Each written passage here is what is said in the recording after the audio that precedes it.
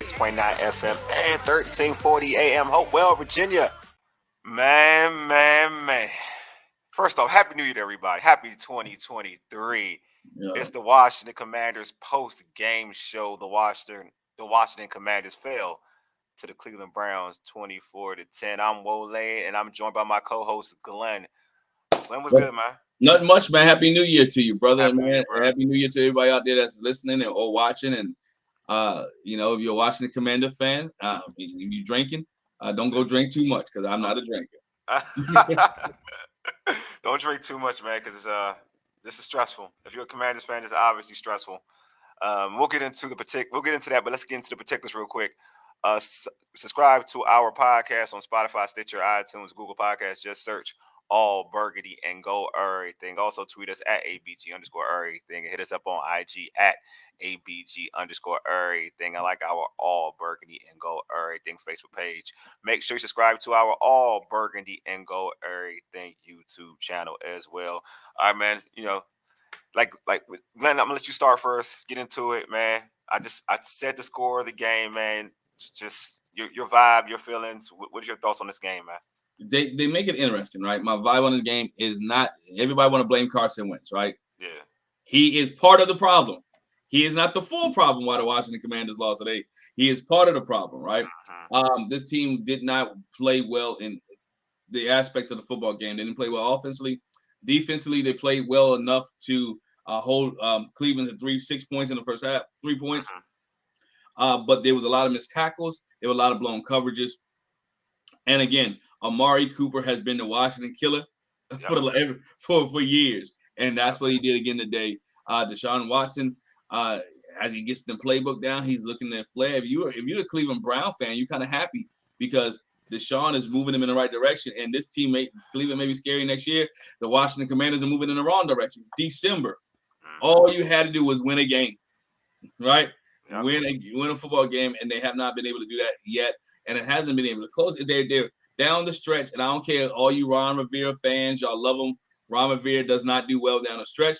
I'll give you later. His stats in December as a head coach, besides a year that they went 15-1 with Carolina Panthers, sucks.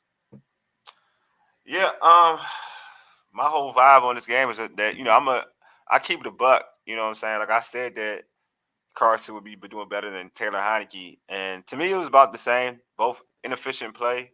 A lot of folks going like, look at Carson was bad. He was horrible. I don't think he was a bad quarterback.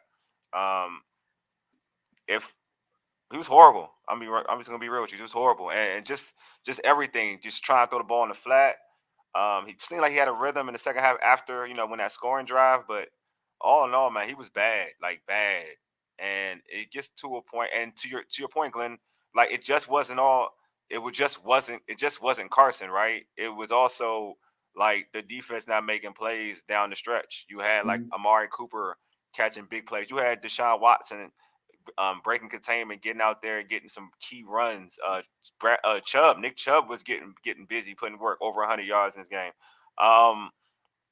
This defense gave up 24 points, and I said this before, like, and we said to any quarterback, when the opposition scores about 20 plus, 24 or 20 plus points, this offense hasn't shown you anything to score that much. So even if you're complaining about Taylor Heineke, what's the point of saying that Taylor Heineke's going to score 20 some odd points against this defense? And I think somebody tweeted this, and I totally agree.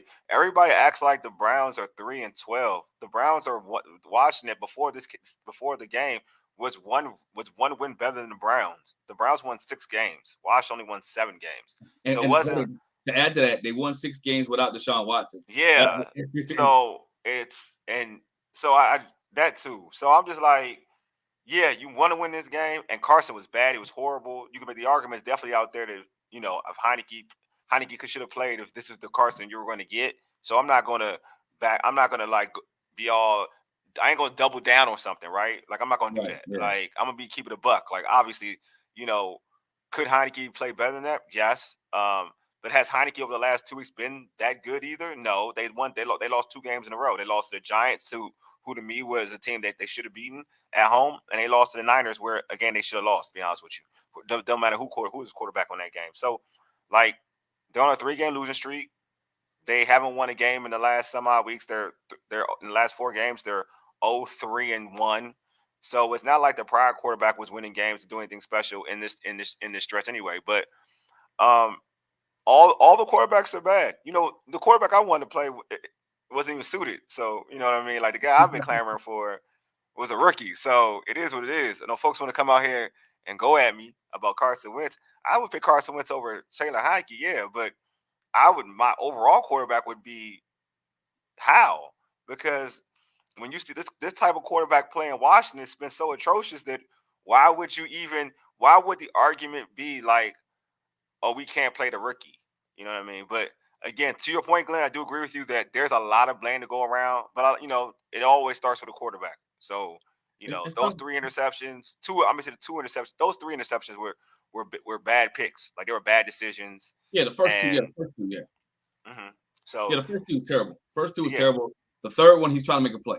yeah, definitely trying to make a play. Third one, he's trying to make a play into the end zone, which I don't agree with. This guy was double coverage, but again, Yeah. I think if you look at Carson Wentz today, he wasn't making. He was trying. He played as if he was the backup quarterback, right? Yes. He played Yes. as if he was the backup quarterback, that he had to make plays, had to get the Mhm. fans on his side, instead of doing what he did last week when he came into the game, hitting Yes. the check down receivers, finding what was open. Maybe the pressure was too big for him. Yeah. I go back to last year when he was with Indianapolis. All they had to do 2 games, the same situation. He had to win 1 game out of 2, and the pressure got too big for Carson Wentz last year. He just may not be the big time guy in the moments to close out the deal. So again, yes, All true. the defense bailed him out early because they was able to stop Yeah. Cleveland. Defense bailed him out. But when you start, and I mentioned to you before we started, the biggest thing with the defense was when Jonathan Allen went out. All right, Jonathan Allen goes out due to injury. Jonathan Allen and the defense didn't have that push. It Yeah. started to hurt. It started to hurt the defense. And guess what? It's like this. Cleveland was able to make halftime adjustments, and Washington wasn't. You had Kendall Fuller resurface again and be killing Kendall Fuller. Kendall Fuller has been great for the last 3 or 4 weeks. The big time moments, Kendall Fuller became Kendall Fuller. On that first touchdown, Amari Cooper, dog. That's high. This is high school. Teach high school. The sideline is your friend, right? The sideline is your friend. That's your 12th man that's on the Yeah. field. Push him out of bounds. Don't go for a tie. Push him out of bounds. You get a big play. That gives the team that you have on the ropes a little bit more confidence. And you started seeing that confidence in the passing game after Amari Cooper scored the first touchdown. And you started seeing those type of things. And they knew that Washington wasn't getting the pass rush that it was supposed to get. And it was falling. And then Nick Chubb started running. They realized He was running early. He was running. I'll give him credit. He was running early and often. But he was running early off, but it was being contained. But Mhm. when it was containing him, and now when you get the passing game and the running game, play action is there, and you start to see more zone read stuff as well, where they gave Watson an opportunity to get the ball. Yeah. To your point, I thought all around, like, they didn't play a great game. Like, defensively, they weren't good. Offensively, they were atrocious. It just wasn't a great game. It was. I know. I'm trying to read this. Yeah, my man Randy Butler said Scott Turner has been horrible, and I would release Fuller end of the season. Yeah, I want to talk about Scott before I get into whatever I want to talk about. Like, I do want to get into Scott Turner a little bit. I just don't understand him. I just don't get him. You got a guy in Robinson who's been consistent throughout the body of work. Who has shown you that he will fight for a yard, fight for 2 yards. It's 4th and 1. And I like Jonathan Williams. You know what I mean? I do like Jonathan Williams.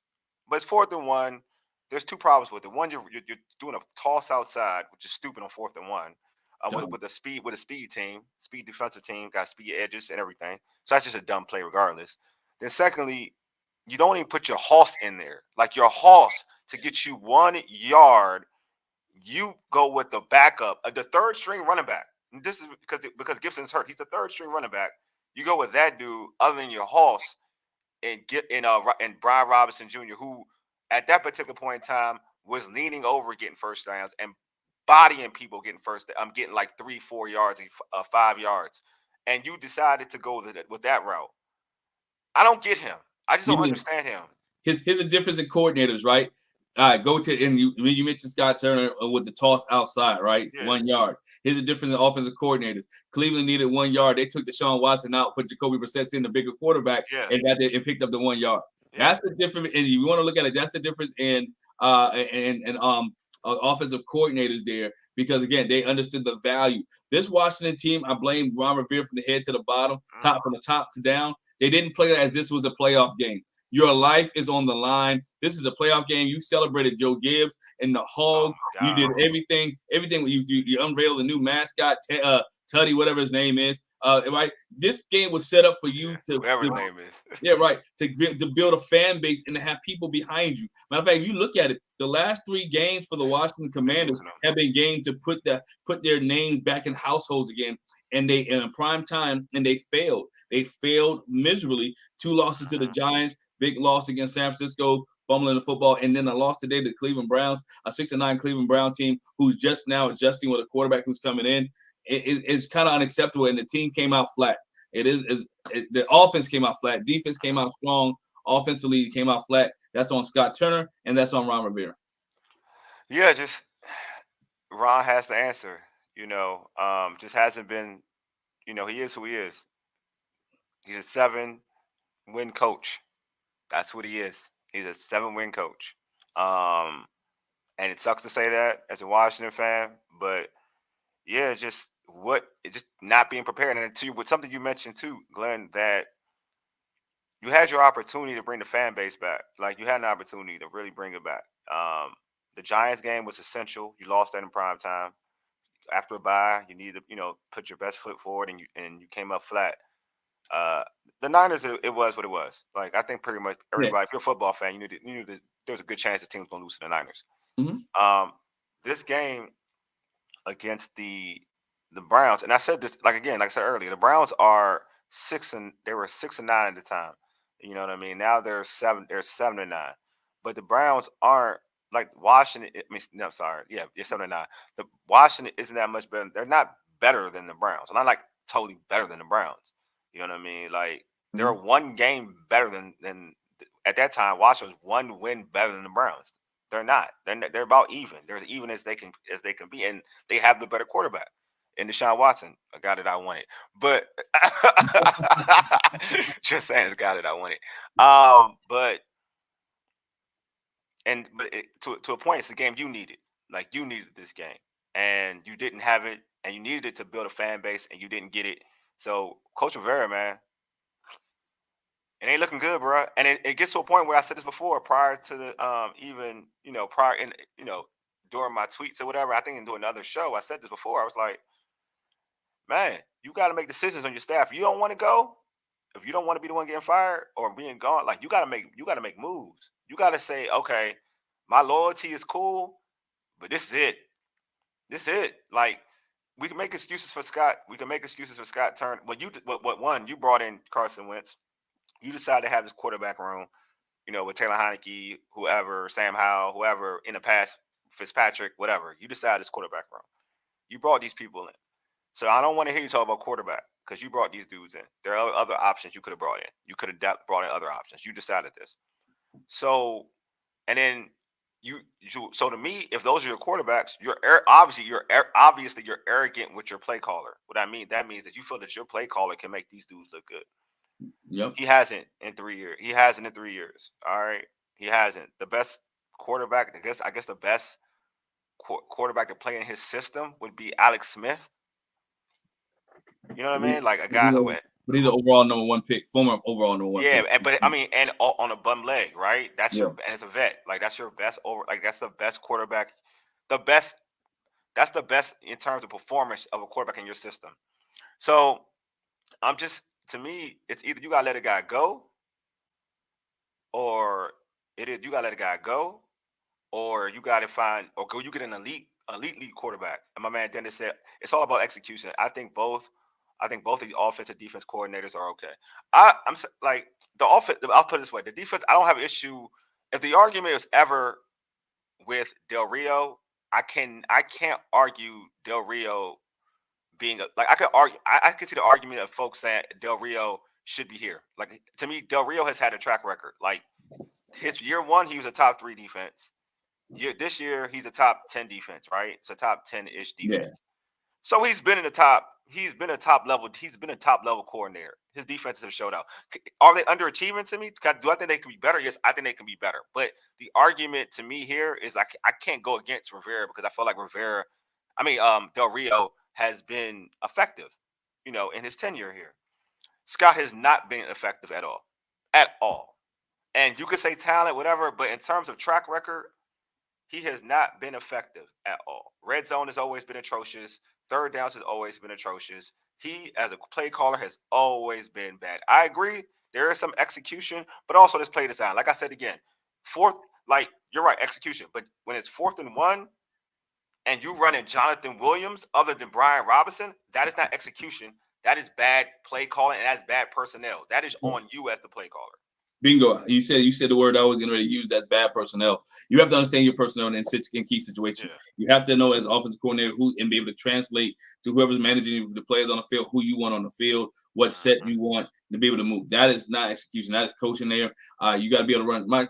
Play calling, tosses on the outside, 1 yard, go. I'm glad he did call the quarterback sneak. Quarterback sneak on the 1 yard line. To get the touchdown. Think about that. If that would have happened last week, right? If you'd have put Wentz in for the quarterback sneak, even if it's just that one play, I go back to the Cleveland. Yeah, sometimes you got to be able to know who your personnel is in order to get the result that you want. Doesn't flight anybody else, but you put the bigger guy in. Go to Dennis's point here. Coordinators, we've seen this for so long. This team has not been able to score over. You said it. You said, Wally, if you score 24 points on this team, you're going to beat them, right? Yeah. Because they only average 18, 19 points a game, 17 points a game, somewhere like that, a game, and you're going to beat this team. They struggled today. In the passing game, Carson Wentz struggled, right? It's one of those things. You look at Wentz, you say, you know what? There were guys that were open. He didn't hit, right? Yes. You look at Heineke, and you say, you know what? Why did you throw the ball in double coverage, but Terry made you look good? Jahan make you look good. There was some ball today, execution, go to Dennis's point. There was ball that on the tunnel screen, the Jahan dropped, right? Yeah. The one that Logan Thomas dropped, right? So there was some execution that was there. Next week, Dennis got a question here up. I'm going to put up here. We get to it a little later, but next week, who do you go, Taylor Heineke or Wentz? That's the question around Rivera. If it was me and my game is on the line, and based off of performance, not who I like, based off of performance, I'm going Heineke. Yeah. I would go with, personally, I would go with Sam Howell. And I would go with Sam Howell. That's an option, but we know Sam's not going to be an option this year. Yeah, that would be my option. I would go with Sam Howell. I wouldn't even, you don't deserve to make the postseason like this way. I'm going to be honest with you. If I had to go between the two, though, I would go Heineke, but I would want Sam Howell. Randy, but like I said, I want to see Howell next week, depending on the Green Bay results. I would see Howell regardless. I'll be honest with you. I'm over looking at, you're going to back into this playoffs. You're not going to be a threat. For real talk. I think it will be a threat because who they playing, right? If they end back in look, your goal is to win it all when you get into this postseason. I don't want to win a game. I want to win it all. The goal is to win. The goal is win it all. But you play the Minnesota team who you were one play against, away from. A Minnesota team who's won more second games than they have dominated opponents. So if they back in, that is a winnable game. I understand what you're saying. I'd rather them go get the draft pick, but it is a winnable game if they back into the playoffs. My man Steven on Twitter said Wentz was bad, but a lot of this falls on Turner and Del Rio too. I don't know, the Del Rio thing. I know he lost Cam. Cam Curl wasn't playing. Jonathan Allen. I think there's some individuals missing that hurt. Huh? St. Juice was out. St. Juice was out. There are a lot of situations. I think there's a lot of things that kind of hinder everything. But yeah, I would play Howell. I ain't gonna lie to you. I would still play Howell. I know if he wouldn't come from. I'm at a point where you can play. You know what? Play, but if you're telling me between the two, I'm playing Heineke. I'm honest. I'm playing Heineke. Well, Heineke got us to this talking point. No, I agree. I would play Heineke though, Dennis. Though I won't lie to you. I would play Heineke over the two. It is what it is. You got to keep it a buck. From what we saw, one quarterback looks rattled and timid and scared in terms of Carson Wentz. He just didn't look confident. We're talking about the passes in the flat where he was throwing it into the dirt. They would throw it high. He just didn't seem confident. You know what I mean? He seemed, like you said, Glenn, he seemed like the backup. He was the backup. He wasn't confident in his stature as a quarterback. So, Yeah, I would. If it's between the two, I would definitely go Heineke. Like again, I'm real. Like I'm not a. I hate Heineke, dude. Like I don't think Heineke's good. But if you're telling me between the two individuals that what I just saw, I'm gonna go with. I'm gonna go. I forget arm talent. I'm gonna go with Taylor Heineke. And Yeah, also maybe that like folks play harder. I don't know. Like the interceptions. You see how so funny them interceptions that Heineke, the balls that Heineke throws up. Them dudes don't. The defenders don't. They drop them. When Carson Wentz was throwing them things up, you had people toe swag and everything. They toe swagged it and I everything. I was told you, like, man. Jesus loves Heineke. so look, I'm a realist. I'm not here to like play. I'm not here to say, oh man, I want to be right. It ain't about being right. It's about dissecting what you see. It, And yeah, that was bad, man. it was bad. And That was it's bad. bad because neither one of these quarterbacks will be in Washington next year. Yes, that's the And, thing. and, Yeah, and none of neither, them. that's the other point that you got to bring up. Neither one of these quarterbacks will be in Washington next year. Carson Wentz is auditioning for a job. He'll go be a backup somewhere in the league, right? Somewhere in the league, he'll Yeah, be a backup. Taylor Heineke, I don't know if some other team will take a chance on him or not. not to be Unless not to Scott be. Turner gets a head coaching job somewhere and bring Heineke with. I think he lost that opportunity after this performance as a court play caller. I think Yeah, all that talk, even my homie Doug, who's been a guest on the show, who loves Scott Turner, said I'm off the Scott Turner ship. He said that like I'm off. So Doug can say he's off. That means that dude ain't getting no job, no head coach. I don't know. To be honest with you, I don't think he gets another OC job. That's how bad he's been. Like I don't think he gets another OC job. yeah, Because it gets to a point we talked about this before. And I know we're like going all every which way, but it's true about Scott Turner. It's like you don't have. It's not that his play designs aren't good. That's not the issue. It's how he scripts his plays that is the problem. You know what I'm saying? Like you run. Like I'm literally like, hey, you ran the ball now. You committed these dudes. You can do play action now. You can go play action deep right now. Like the safety coming. You can do this now if you wanted to. Like then you go back, run the ball up the middle. Again, I like the run, but I'm just saying like it's your play design. It's your structure, not the play design. It's your structure. Like how are you setting people up? You got the defensive coordinators compared to him as an offensive coordinators. They're playing chess and he's playing checkers. Like yeah. that's the problem. Yeah, I think one of the problem is that he hasn't been able to. If you saw even in today's game, when they was able to shut down the run, right? He Mm-hmm. wasn't able to get big chunks of yards. Now, where is the passing plays that you have? What was designed for a Curtis Samuel? We only saw one time that they really get something that was off, right? Mm-hmm. Logan Thomas was more active today than anything. Got to go back to Mo and Ray. When Carson Wentz comes in, Terry McLaurin disappears, right? Terry McLaurin disappeared He did today. though. He He did. disappeared today because of I don't know because of Carson Wentz, because of he wasn't open, because he couldn't see back. They couldn't get check downs. But either way, Terry McLaurin disappeared today, and I think that was he wasn't able to do what Heineken has been able to do, and that's to get the ball in the hands of the players. Who makes them more effective? Now, the Wentz got the ball out fast. Yes, I That's it. think he only gave up what one sack today. He had a couple sacks. I can't. I gotta look at it. Yeah, and one He had a side, I think couple he got sacks. one Was it sack one? today. And so it's one of those things. Dennis was another worst thing about Scott play calling is adjusting the pass rush in his crucial situations, and that's key. He has not been able to adjust in crucial situations, which go what Wole said about being down in the red zone. Red zone is a crucial situation. End of the game's crucial situation. You had time on the clock. Going down with 5 minutes left on the clock. Crucial situation. Play calling there. Try to get a quick touchdown inside. So it's one of those things that Scott Turner has to be able to do. George brings a question up. Well, do they bring Heineke back? Somebody, Randy, think do they bring Heineke back? If Scott Turner stays, I hate to say it, Heineke may get a contract. I No, would. he ain't coming back. He ain't coming back. They got the money. They got too much money. Depending on what it depends. All right, he can come back depending on how much he's willing to come back for. But he's not going to come back because they got to put too much. They got to put money on other players. They just got to like they got to put money into Better pick Deron Deron Payne. Payne. They got to worry about Deron Payne. So he's not a high priority. You know what I'm saying? Like he's not a high priority. But No. you like I agree with George. Bring in a veteran to compete with Howe, like a veteran that is respectable, but you're not worried about have to pay the bag, the bag for it. Like right now, to be real with you, because he's a backup, a vet like Jameis Winston, who's now a backup, can compete with Sam Howell, or a vet like Trubisky or something to compete with Sam Howell. You know what I'm saying? Like, get a vet to compete. Or if you really, that's the route I would go. I know obviously people want to go the Tom Brady, Derek Carr route. But I'm like, dude, you can suck for Caleb Williams next year. I don't even care. So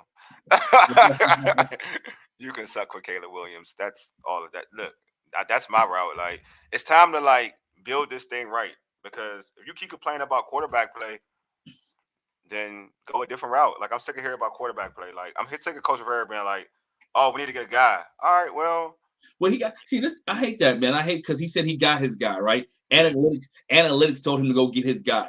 Analytics told him Carson Wentz was the best guy, and people forget Ron Rivera said out of his own mouth at the press conference earlier this year, Carson Wentz is my dude. We're gonna go with Carson Wentz. Tell Carson Wentz hurt his finger. Then he went to Heineke. Well, then he changed the tune. We're gonna stay with Heineke until he starts winning. And then we're like, well, if Heineke start messing up, we got to go back to Wentz. Now he's played the quarterback carousel, and it's on him. It is on Ron Rivera, and somebody has to go. Either it's Ron Rivera, whether it's Scott Turner, it's somebody between those two. Somebody has to go. 9 times out of 10 is going to be Scott Turner, because the head coach is not going to go. He's not going to fire you. You got to save your job. You know what I'm saying? You got to save your job. But before I'm gonna get, but we've been real negative. Where were some of your positives, Glenn? Jared Patterson, kickoff return. He got return. Jared Patterson kicking return. In the running game in the beginning of the game. The running game and the first half was my positive. Right? I like that long drive. The long drive was good. Yeah. It was dope. I like that. The long drive, the first half of my positive. But again, first half, this is where play calling comes in and making adjustments at halftime.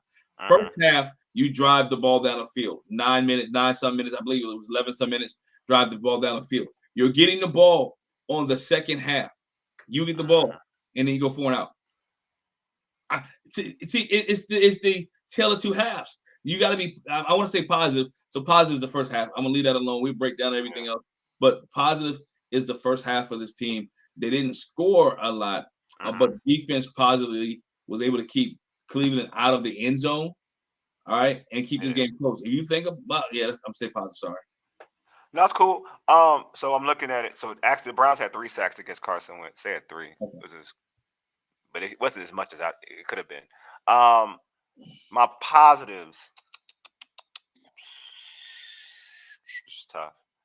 My positives would be. I thought the offensive line held up respectively well against Myles Garrett. I thought he would have more of an impact. He had 1.5 sacks.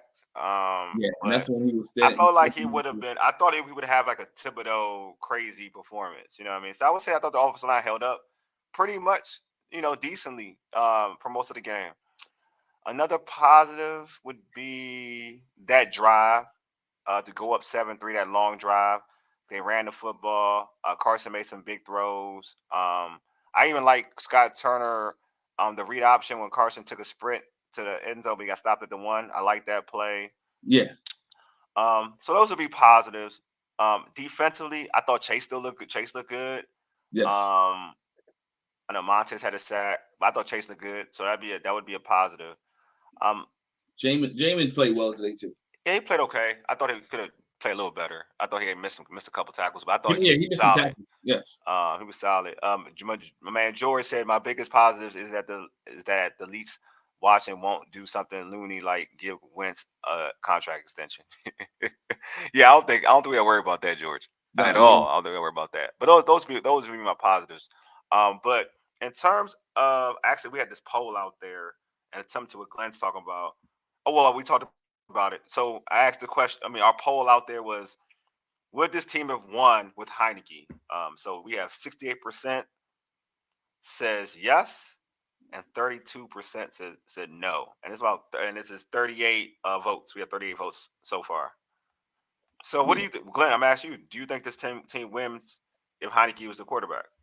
I'm gonna say no. I think they have more energy, but do they win? No. No.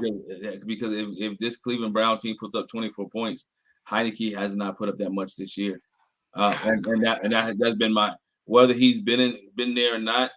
Do the guys play with more energy with him? Probably so. Do he makes a little bit more, maybe make some plays with his feet that But he's not even Carson? running. He's not even running though. That's what I'm saying. He's not Yeah, even running. he's not running anymore. So we'll see. Um, I'm gonna say no, man. I think this team right here um, just missed opportunities, and it wasn't always Carson, right? I give Carson the first two interceptions. Yeah, that's that. I put that on Carson. But when you got into the third quarter, running some of the plays that players missed balls, some of that wasn't Carson. Some of that was effort, right? Yeah. Some of that was energy. And I'm looking at the stats here. They lost to a Cleveland Brown team where Deshaun Watson was 9 for 18. He threw the ball freaking 9 times, right? And I mean, 3 touchdowns. he's done 18 times, right? 18 times with 3 touchdowns, 9 completions. Only had 9 completions. And 3 of them were touchdowns. One third of his completions were touchdown. That's crazy. And if you look at the stats, so this is the thing. To your point, it's not just on Carson, right? It's really not. Look at the defense. Chubb 104 on 14 carries, 7.4 yards a carry. Deshaun Watson, I felt like Deshaun Watson should have had multiple negative plays, but missed tackles by the defense. He had 31 yards rushing. Amari Cooper, 3 catches. Not like he had a 10-catch game. 3 catches for for 105 yards, 2 touchdowns, 3 catches, bro. And we talked about this last week against George Kittle. This was the issue with defense. You're giving up explosive plays. You got to stop. That's been an issue now for the whole season. But now it's rearing its ugly head for 2 straight weeks. And what is the common denominator? Why this is happening? There's a guy missing, Cam Curl. So he's been essential to what this team needs to do. And him not being there has hindered this team in terms of big. The Browns got a big second and long to Njoku when they had an opportunity. Third and long. Third and long to Njoku. Again, the tight end beats us. If Cam Curl's out there, I don't think you have that situation. You know what I mean? There are a lot to me. This team is other than Carson. They fouled up with, but I know it's easy to jump on Carson. My man George DeSaw, Lake Lewis Jr. say it's clear this team rides for Heineke and not Wentz. Isn't that an indictment of everyone? I kind of think it's funny. So my brother says this to me all the time, and thanks George for that comment. And Lake kind of agree with it now. I just think the whole team plays harder for Taylor Heineke. I kind of think that way. I know it sounds stupid to say that because you should play for yourself and play for your pride. But it feels that way, though. It does. But it's been that way with Carson, wherever Carson goes, though. I mean, I think Carson's a good guy. He just doesn't have that energy where people want to, rally around him. And I don't know if he's that's quiet in the locker room and whatnot. They just don't ride for him like that, and that brings the energy. I mean, Taylor brings the energy. Everybody likes the underdog, right? Yep. He's a cool dude. Everybody likes the underdog. The guy just does that. So. I mean, we talked about it. It can be give or take, but I mean, just look at the stats again. It blows my mind. If you just read off the stats for this Washington team and look at them, you would think this team would have won. It was very efficient on third down today, right? Something they had struggled with. Right. It was efficient on third down. They had struggled with third down, and it was very efficient on third down today. The time of possession, they won the time possession game, right? They had the ball for over 33 minutes, right? So you look at the third time of possession game. They didn't have the total yards. The 3 turnovers was what killed this offense and this team. And that was key. I mentioned third down. Third down, the Commanders were, I'm finding it right here, 7 for 16, right? That's better than what they have been in the past. And so you look at those type of things, and Washington essentially should have, could have been on top in this game. I'm gonna say because of the missed tackles, the field position, and my hat's off to the Cleveland Brown punter because he always pinned Washington down there where they had to go 80, 90 yards in order to score. So also we had a poll about Carson's grade. 96.6 folks voted D. Hey man, Carson. Yes, maybe these are Carson homers. I would have wrote a D too. Carson homers 3.4 voted a C. 3.4% said C. Like you had to be a Carson supporter. So on our Facebook page, I'm gonna read some comments about some of the about the grades. Robert Cook on our Facebook page said Colts versus Jack, same person we booed him and he got the last laugh plus 29 million. Ron loyalty isn't made for this new football generation. Debbie Fisher said seriously, what performance he did good for other teams. Jeff Bryant, definitely an F, and I was rooting for him. Steven Hendrickson, about as good as your you're trying Jones. I messed up my edit. I edited the post anyway. He said, but at least you show more effort. That's funny. I'll give you that one. Dottie Liam Ortega said F fail. Kendrick D Whitaker said Z minus. um, Hey, he's Z, man, that's crazy. Z minus. Yeah. Hey, like I'll say this. Yeah, Carson's done as a quarterback. Like I think he's done as an NFL starting quarterback. Yeah. You saw it, and I don't want to keep getting into it. We talked about it. It's just he it is what it is. But in terms of this team as a whole and Coach Rivera, yeah, man. Like I'm gonna ask you this question, Glenn. If he doesn't win next week, which I don't like, the Saints beat the Eagles, right? So I think now the Cowboys are we trying to win that game. Um, if he don't if he don't ball out, if he don't win next week, that's Fire him. seven. That's 7-9-1. Fire him. Would you? You would fire him? I fire him. I'm gonna tell you why I would fire Ron Rivera. Okay. Right? Either me or Ron, if I was the GM of Washington Commanders, we'd have this conversation with Ron Rivera. He'd come to my office. Coach, I understand that you won the division at 7-9, but that was a COVID season. You were 7-9. Yeah. Dak Prescott was hurt last year. You didn't 7-10. All right, 7 games. To this year, you had to win one game in the month of December, and you couldn't get it done. You created a quarterback issue, and you had 3 years to turn this program around. I believe either you or the coordinator, somebody has to go. If you're not willing to let none of them go, Ron, it's been a pleasure. We're bringing somebody else new to run the Washington organization. Ron Rivera has to go. And to me, because you have the pieces in place, right?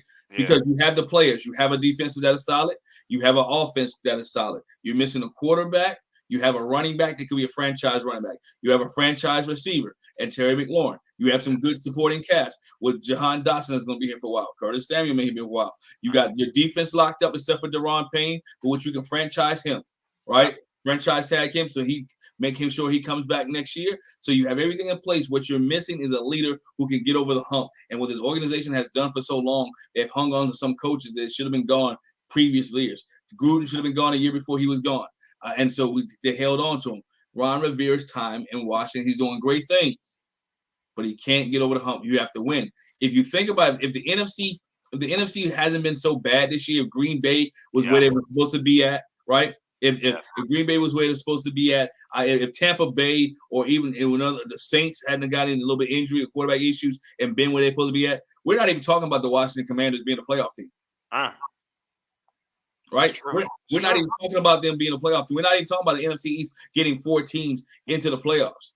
Because 7 wins, truth be told, 7 wins shouldn't get you into the playoffs. You didn't even win half your games. That is a losing record that you're going. You got a team that was going to have a losing record going into the playoffs. Yeah. If they win, they could be 8-1, which is 500. Again, to your point, though, it still isn't good enough to make to the postseason. It shouldn't be. It shouldn't be. I agree with you.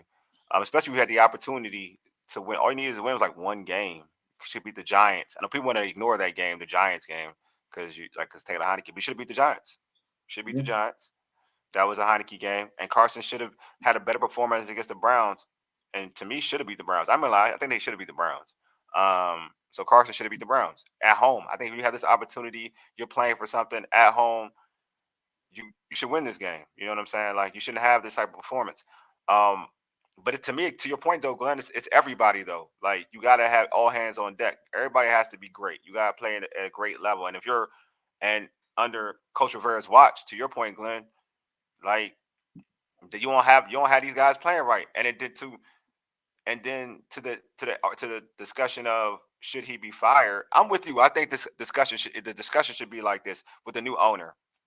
Our man George says the only big decision I want made before the new owner gets here is paying Deron Payne. I agree, but I will say this though: it has to be said to Ron Rivera. It's you got to get rid of a coordinator, or if you don't, you gone. Like that has to be the discussion. Like you can't come back with Scott Turner.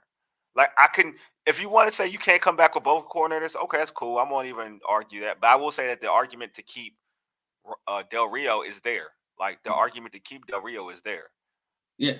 But the argument to keep Scott Turner is not there. So to me, if you want to be loyal, just to be loyal, then you can go. Like I go like that. If you're so gun ho on keeping Scott Turner, then you can go. But I how wouldn't big? fire you off. I wouldn't fire him off the rip, but I would definitely say you got to make changes with your staff. Yeah, you do. I mean, how big? You look at this team, right? 7-8-1. Look how big. If you go back, and I've always said this, right? And I always talk about games. Which how big is the Tennessee Titan game right now, right? Yeah.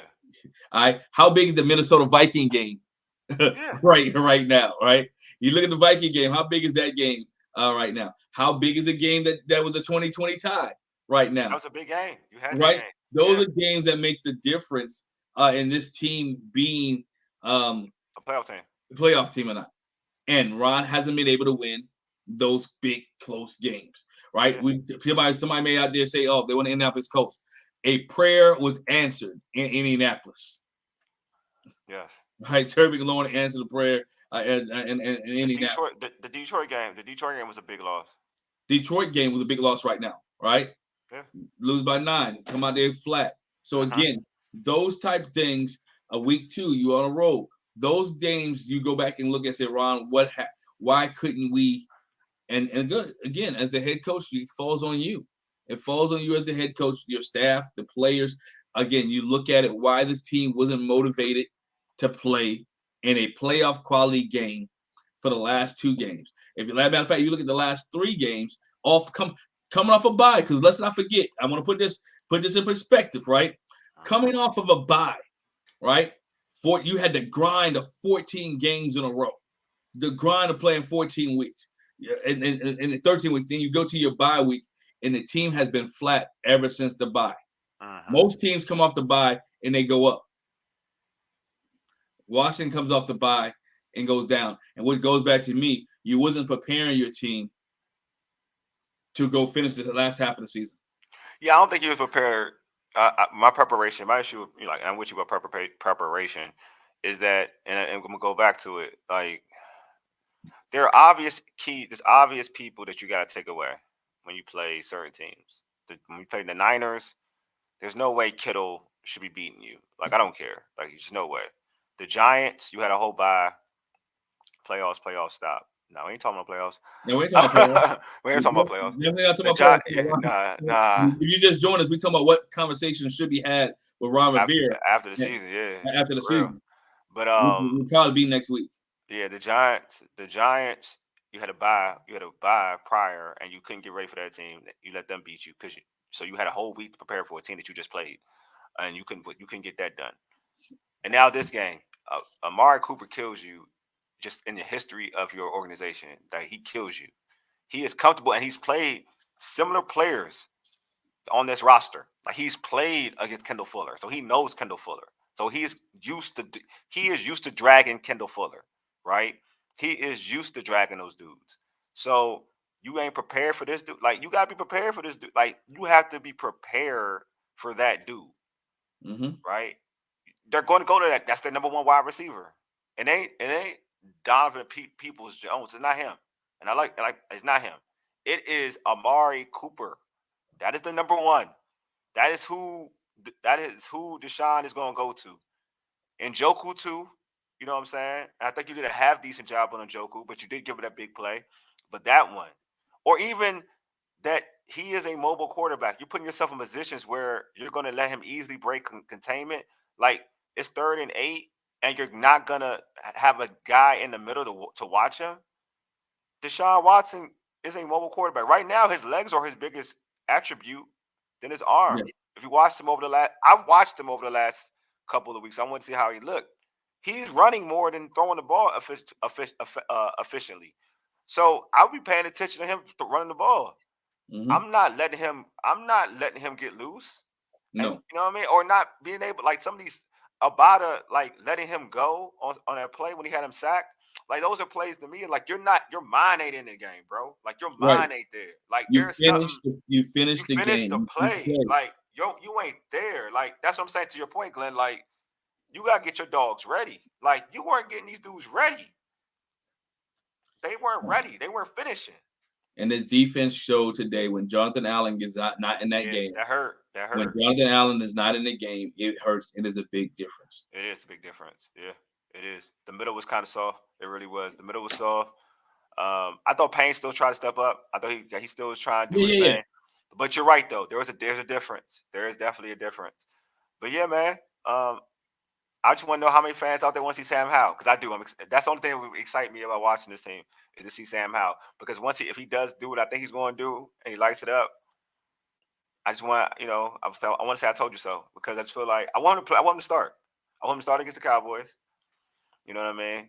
Y'all gonna get your Taylor Heineke. Y'all gonna get your Taylor Heineke vibe. If he plays poorly or plays great, it doesn't really matter to me, because he's not gonna be here next year anyway, so it doesn't really matter. Doesn't So matter. it doesn't matter. But you know what? But for all the Heineke high folks, Yo, add your point real quick. what? What makes me funny about the Taylor Heineke, the Heineke hive, as you call it, people call it. Yeah.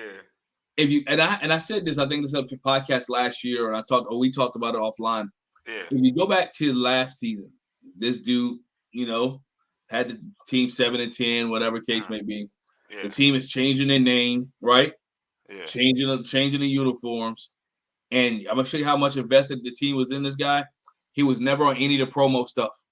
Yeah, he ain't Nothing, no promo things. Wasn't a guy that he was supposed to be a quarterback who's coming back. They never was invested in him.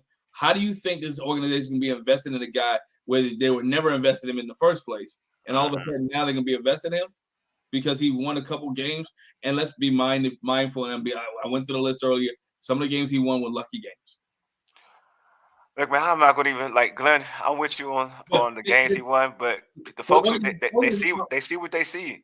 Like if Carson had 3 picks, 2 picks prior, and they had the lead, and I still saw people like bash it, and I was like, if this was Heineke, you guys would give him all the credit for having a lead with those 2 picks.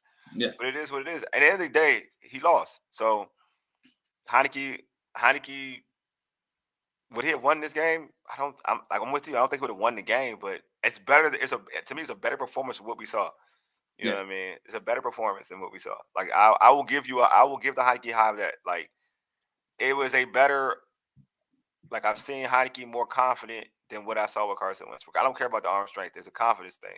Like Heineke, yeah. Like, do I trust every Heineke throw? No, I don't trust a Heineke throw, but I do. I will say that again, it's about confidence, and he made confident plays. When I see a quarterback throwing, it's not just throwing a screen pass, like a flat pass in the dirt that's wide open. No, there's no pressure. Then that's a problem to me. And Carson Wentz had that issue. Like to me, tells me that there's a confidence problem. It's a mental problem that he just has to, as a football player, he's gonna have to override. But I don't know if he's ready for it. To be honest with you, I think he's pretty. It's over for him as a quarterback, and as a starting quarterback in the NFL, it's over for him. Yeah, it's definitely over for him, and definitely over for this organization too. This organization is not a playoff team. This organization will not be in the playoffs, and people can stop that playoff conversation as of today. Yes, thank you. I'm with you because I don't even know the mathematics if Green Bay won. Like if Green Bay wins, Green Bay wins is done. I know. If they lose, Washington still has to hope for Detroit to lose next week, right? Yeah. You're asking for too much. Like you're asking for too much. I told people this. I like to be in my control of my own destiny. Of course. And I don't cash any checks until they clear the bank. Yep, that's what I'm saying. So, Washington fans, stop talking playoffs. If I'm Coach Rivera, stop thinking about the playoffs. Think about Sam Howell. You gotta know what you're gonna do next year. You're on the clock. You're on the clock, bro. You're on the clock. All right, man. It's time to end this show. Subscribe to our podcast on Spotify, Stitcher, iTunes, or Google Podcasts. Just search All Burgundy and go Errrything. Excuse me. Also tweet us at ABG_Errrything and hit us up. on IG at ABG_Errrything, and like our All Burgundy and Go Errrything Facebook page. Make sure you subscribe to our All Burgundy and Go Errrything YouTube channel as well. Anyway, Glenn and I have appreciate you all for listening, tuning into the show. Thank you for the comments. We do appreciate you. We appreciate the support. Keep checking us out. Looks like next week will probably be our last show of the year, of the season, because I was hoping for a playoff run. I ain't gonna lie to you, but it looks like that ain't gonna happen. So, but you know what? Again, happy New Year to everybody. You stay Yeah. blessed. Don't let this game, make you upset, man. It's okay. Things happen. Worse things in life happen. So Yes, just sir. get over this, man. Get over it. I'm getting over it. Don't worry about it. Anyway, you've been listening to All Burgundy and Go Everything, powered by the Urban Sports Scene and Fox Sports Radio 96.9 FM and 1340 AM, Hopewell, Virginia, for ages. You dig? Deuces. All right, y'all. Peace out. And again, happy New Year. Peace.